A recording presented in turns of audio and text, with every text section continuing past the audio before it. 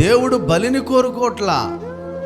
ఒక మనిషి నా మాట వింటున్నాడా లేదా, ఒక మనిషి నా మాట ప్రకారం నడుస్తున్నాడా లేదా, ఒక మనిషి నా వాక్యానికి విలువిస్తున్నాడా లేదా అనేది చూస్తాడు. కానీ నువ్వు 1000 రూపాయలు కానుక ఇవ్వటం, 1,00,000 రూపాయలు కానుక ఇవ్వటం, గొర్రె ఇవ్వటం, మేక ఇవ్వటం, 100 మందికి భోజనాలు పెట్టడం, ఇవి దేవుడు చూడండి.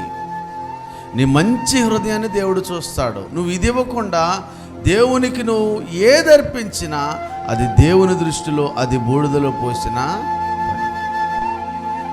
అలా దేవుణ్ణి మరిపించాలని అంటే మన మనసుని ఇవ్వకుండా, మన జీవితాన్ని ఇవ్వకుండా ప్రత్యామ్నాయంగా మరొకటి ఏది ఇచ్చినా అంటే దేవుని బిడ్డలారా అది నీకు ఆనందాన్ని కలిగించవచ్చేమో కానీ అది దేవునికి ఆనందాన్ని కలిగించదు అని వాక్యము స్పష్టంగా చెప్తూ ఉంది. అంటే నేను ఇదంతా ఎందుకు చెప్పానంటే, ధర్మశాస్త్ర ప్రకారం సమస్త వస్తువులు రక్తము చేత శుద్ధి చేయబడాలి.